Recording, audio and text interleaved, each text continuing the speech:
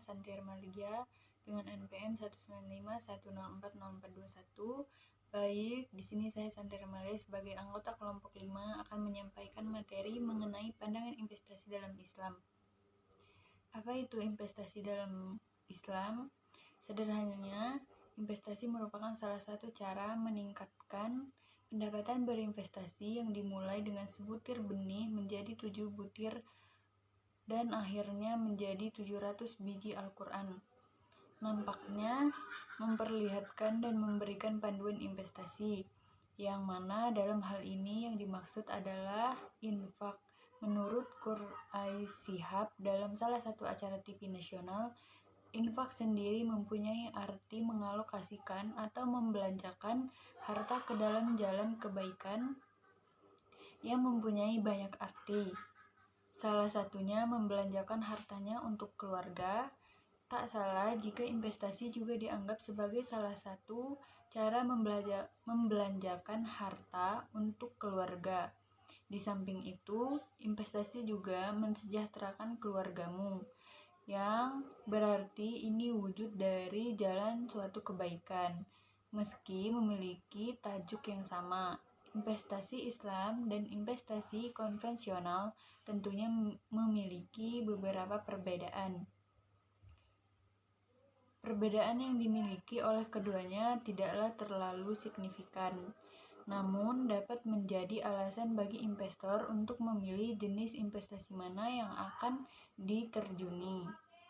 Perbedaan yang pertama adalah tujuan investasi. Pada investasi konvensional, tujuan investasinya hanyalah mencari untung, pendapatan pasif, dan menambah aset yang bisa diambil di kemudian hari. Sedangkan pada investasi Islam, selain untuk mendapatkan keuntungan dan bisa diambil di masa yang akan datang, tujuannya lebih mengarah ke aspek sosial. Keuntungannya yang didapat dari investasi Islam tidak sepenuhnya diberikan kepada investor atau pemilik sahamnya. Sementara itu, ada sebagian porsi keuntungan yang akan digunakan untuk kepedulian sedekah dan membantu sesama. Dalam arti lain, investasi Islam juga dapat berguna sebagai ladang amal dan memberikan donasi kepada mereka yang lebih membutuhkan. Perbedaan selanjutnya, pada investasi Islam, seluruh pihak yang terkait investasi akan melakukan akad atau perjanjian terlebih dahulu. Kegiatan akad ini sama halnya dengan saat akan melakukan kerjasama bisnis, aktivitas jual beli, sewa menyewa, dan lain sebagainya. Tujuan dari dilakukannya akad ini tentu agar semua pihak terkait tidak ada yang merasa dirugikan, sehingga dapat terlihat bahwa investasi Islam memiliki aturan yang lebih ketat dibanding investasi konvensional yang terkesan lebih simpel tanpa harus adanya akad atau perjanjian. Perbedaan yang terakhir adalah produk atau instrumen investasinya yang lebih terbatas. Hal ini disebabkan investasi Islam hanya memperbolehkan investor untuk membeli produk investasi yang sesuai syariat agama saja. Beberapa produk investasi yang umum digunakan oleh pelaku investasi Islam adalah saham, reksadana, emas, dan juga obligasi.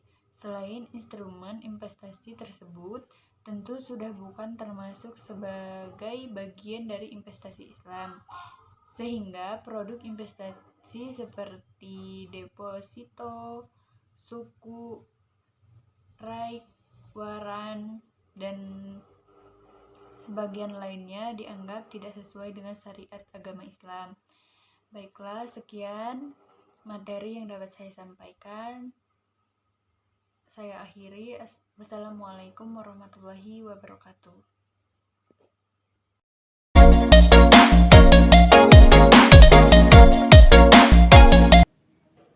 Assalamualaikum warahmatullahi wabarakatuh.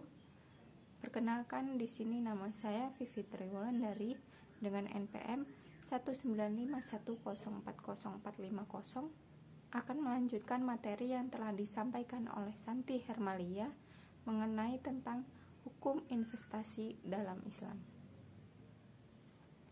Hukum investasi dalam Islam seperti yang dijelaskan di atas, bahwa investasi dalam Islam hukumnya diperbolehkan. Islam turut mendukung umatnya untuk memiliki kemerdekaan dalam hal keuangan, termasuk dengan investasi. Sebagai informasi, dalam Islam, investasi disebut mudharabah atau yang memiliki arti menyerahkan sejumlah modal kepada orang yang berdagang sehingga si investor mendapatkan bagi hasil dari keuntungan. Hal yang cukup terlihat perbedaannya dari investasi konvensional dan investasi dalam Islam adalah terletak pada pembagian keuntungan atau bagi hasil. Pada investasi konvensional, umumnya ada bunga yang besarnya diatur sepihak oleh pengelola dana. Sementara itu, untuk investasi dalam Islam, lebih menerapkan konsep bagi hasil atau nisbah. Dengan demikian dapat disimpulkan bahwa baik perusahaan ataupun nisbah saling menanggung resiko yang ada. Prinsip ini juga sering disebut dan dikenal sebagai risk sharing. Selain itu, ulama pun turut sepakat bahwa sistem penanaman modal ini diperbolehkan. Dasar hukumnya adalah ijma. Kesepakatan ulama dalam menetapkan sebuah hukum di dalam agama tentu saja tetap berdasarkan pada Al-Quran dan hadis dalam memandang suatu masalah, termasuk soal investasi dalam Islam ini. Investasi dalam Islam lebih mengenal pembagian keuntungannya yang sesuai dengan syariat. Persentase keuntungan dibagikan secara merata, termasuk juga kerugian, dalam artian bahwa investasi dalam Islam berarti saling berbagi resiko, kerugian, dan keuntungan. Anjuran investasi halal juga sudah tertuang dalam Al-Quran Surat Al-Baqarah ayat 261 yang artinya perumpamaan atau nafkah yang dikeluarkan oleh orang-orang yang menafkahkan hartanya di jalan Allah adalah serupa dengan sebutir benih yang menumbuhkan 7 bulir pada tiap-tiap bulir 100 biji.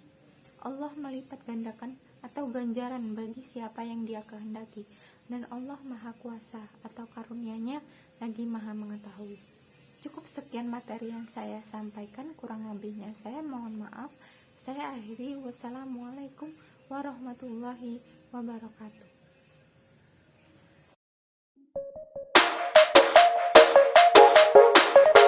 Assalamualaikum warahmatullahi wabarakatuh. Perkenalkan, saya Wahyu Cahya Pratama dengan NPM 1951040451. Baik, di sini saya akan melanjutkan materi yang telah disampaikan oleh Fitri Wulandari mengenai tentang prinsip umum investasi dalam Islam dan kelebihan investasi halal yang sesuai syariah. Prinsip umum investasi dalam Islam. 1. Menghindari riba. Secara teknis, salah satu larangan investasi dalam Islam yang disebut riba merupakan pengambilan tambahan dari harta pokok atau modal dalam transaksi jual beli atau pinjaman yang bertentangan dengan hukum Islam. Investasi dapat tergolong riba jika memiliki tambahan atau bunga atas pokok utang. Biasanya ciri investasi mengandung riba adalah sejak awal sudah dibuat perjanjian imbalan bunga yang berjumlah beberapa persen dari dana yang akan diberikan. Investasi tersebut pun dapat dipastikan dilarang karena tidak sesuai dengan syariat Islam. Selanjutnya, menghindari gharar. Gharar memiliki arti tidak jelas. Tentunya Islam sangat menentang aktivitas jual beli yang tidak memiliki kepastian dalam akad yang berhubungan dengan kualitas dan kuantitas objek atau cara penyerahannya. Tujuannya adalah untuk menghindari penipuan. Contohnya saja, investasi yang dikatakan berbasis online tetapi masih bersifat gahar, yang berarti jenis bisnis tidak jelas atau tidak diketahui oleh lembaga investasi. Gharar biasanya juga tidak berada di bawah pengawasan Otoritas Jasa Keuangan atau OJK.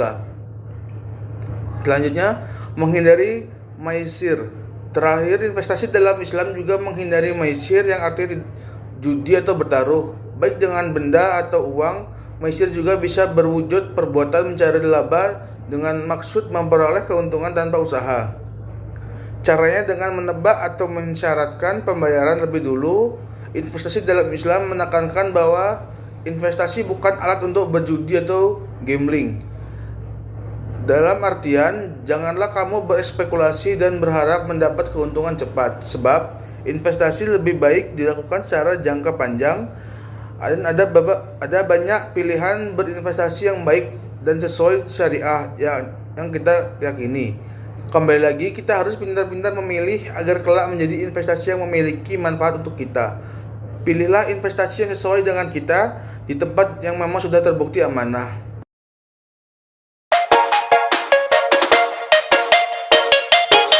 Assalamualaikum warahmatullahi wabarakatuh. Perkenalkan, nama saya Williardi Lexi Lele, NPM 1951040454 dari kelompok 5. Di sini saya akan melanjutkan materi yang telah disampaikan oleh rekan saya, yaitu Wahyu Cahyo Pratama, mengenai tentang pilihan investasi yang diperbolehkan dalam Islam dan jenis investasi yang dilarang dalam Islam. Baik, langsung saja ke materinya. Pertama yaitu pilihan investasi yang diperbolehkan dalam Islam. Dan investasi yang diperbolehkan dalam Islam yaitu yang pertama ada investasi properti. Jika kita ingin investasi halal yang cukup mudah dan simpel, menghasilkan serta sesuai dengan syariat Islam, investasi dalam bentuk properti adalah solusinya. Pasalnya, investasi ini tidak memerlukan pertimbangan yang cukup rumit dengan segala perhitungannya. Hal yang perlu kita lakukan cukup membeli properti yang sesuai dengan kemampuan kita. Lalu yang kedua yaitu investasi tanah. Selain properti dan tanah, bentuk investasi tanah yaitu investasi yang hampir mirip dengan investasi properti.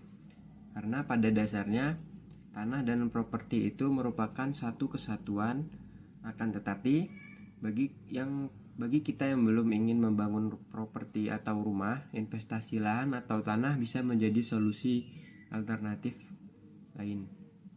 Instrumen ini juga menjadi yang paling populer sebagai investasi dalam Islam. Lalu yang ketiga ada reksadana syariah. Selain properti dan tanah, reksadana syariah juga cukup banyak digemari. Di dalamnya terdapat opsi investasi reksadana saham dalam ajaran agama Islam, reksadana pasar uang, reksadana pendapatan tetap, atau reksadana campuran. Reksadana pasar uang dan pendapatan tetap cukup populer, sebab dari sisi resiko, investasi reksadana jenis tersebut lebih low risk atau lebih rendah resikonya ketimbang saham yang resikonya tinggi. Sehingga investasi reksadana syariah halal ini cocok dan sesuai untuk pemula serta jenis profil resiko. Lalu yang keempat ada deposito bagi hasil. Perlu diketahui, deposito ternyata ada wujud syariahnya, yaitu deposito produk tabungan berjangka yang diberikan oleh bank. Sesuai namanya, maka deposito syariah dikelola dengan prinsip syariah. Salah satu perbedaan yang cukup terlihat antara investasi deposito konvensional dan deposito syariah adalah bentuk keuntungan yang diperoleh nasabah atau pemilik dana. Dalam deposito syariah, nasabah atau pemilik dana tidak mendapatkan bunga. Seperti yang diketahui, tidak ada istilah bunga dalam produk syariah karena bunga dianggap sebagai hal yang riba dan dilarang oleh agama Islam. Dalam deposito syariah, nasabah akan mendapatkan bagi hasil penempatan dana. Lalu hasil itu dibagi kepada nasabah dan bank. Lalu yang selanjutnya ada surat berharga syariah negara atau SBSN. Contoh investasi dalam Islam lainnya yaitu surat berharga syariah negara. Instrumen ini merupakan obligasi atau surat utang yang diatur menggunakan metode syariah. Dalam artian, surat yang diperjualbelikan tidak berasal dari proses jual beli produk yang haram. Dalam proses penyerahannya, data yang diberikan juga harus bersifat transparan. Lalu yang terakhir ada investasi emas. Investasi emas sebenarnya sudah dianjurkan oleh agama Islam. Bahkan orang Islam terdahulu sudah terbiasa menjadikan emas sebagai alat tukar. Oleh sebab itu, berinvestasi emas sejatinya sesuai syariah, asal peruntukannya tidak bertentangan dengan ajaran Islam. Investasi emas pun sudah bertransformasi ke bentuk digital. Dari sisi syariah, investasi emas dengan cara digital diperbolehkan asal tidak menggunakan skema berbahaya seperti Ponzi plus fisik emas. Memang benar ada backupnya. Investasi emas digital ini sudah disediakan sejumlah platform seperti Pegadaian, Tokopedia, Shopee, dan berbagai platform lainnya. Investasi emas juga bisa dilakukan dengan cara klasik, yaitu menyimpan sendiri emas batangan. Lalu selanjutnya yaitu jenis investasi yang dilarang dalam Islam. Yang pertama yaitu investasi yang mengandung riba. Riba secara bahasa memiliki artian yaitu ziyadah atau tambahan. Dalam pengertian lainnya, riba juga berarti tumbuh atau membesar. Dan dalam istilah teknis, riba adalah pengambilan tambahan dari harta pokok atau modal secara batil, baik dalam transaksi jual beli maupun pinjam meminjam. Riba pastinya dianggap bertentangan dengan prinsip muamalah dalam Islam. Suatu kegiatan ekonomi dapat dikatakan riba apabila terdapat tambahan atau bunga atas pokok utang. Maka investasi pada bank atau lembaga keuangan yang menerapkan sistem bunga itu dilarang dalam Islam. Oleh sebab itu, hal tersebut dapat dikategorikan dalam perbuatan riba. Ciri dari investasi ini adalah ketika dana yang diinvestasikan sejak awal sudah dijanjikan imbal hasil sejumlah bunga sebesar sekian persen dari pokok dana yang diinvestasikan. Dana investasi belum digunakan untuk bisnis, tapi investor sudah dijanjikan hasil pasti sejumlah rupiah tertentu. Ini dianggap sudah menyalahi kodrat bisnis bahwa resiko dalam bisnis adalah untung, rugi, dan impas. Lalu yang selanjutnya yaitu investasi gharar. Islam juga melarang aktivitas jual beli yang mana ada ketidakpastian dalam suatu akad terkait kualitas dan kuantitas objek akad maupun juga mengenai cara penyerahannya. Hal ini bertujuan untuk menghindari penipuan, misalnya adalah berbasis online, namun masih berprinsip gharar. Gharar di sini contohnya terjadi karena ketidakjelasan jenis bisnis yang dijalankan, komoditas atau objek investasi yang tidak jelas dan tidak diketahui. Apalagi tambahan dengan belum masuknya lembaga investasi tersebut di bawah pengawasan Otoritas Jasa Keuangan atau OJK.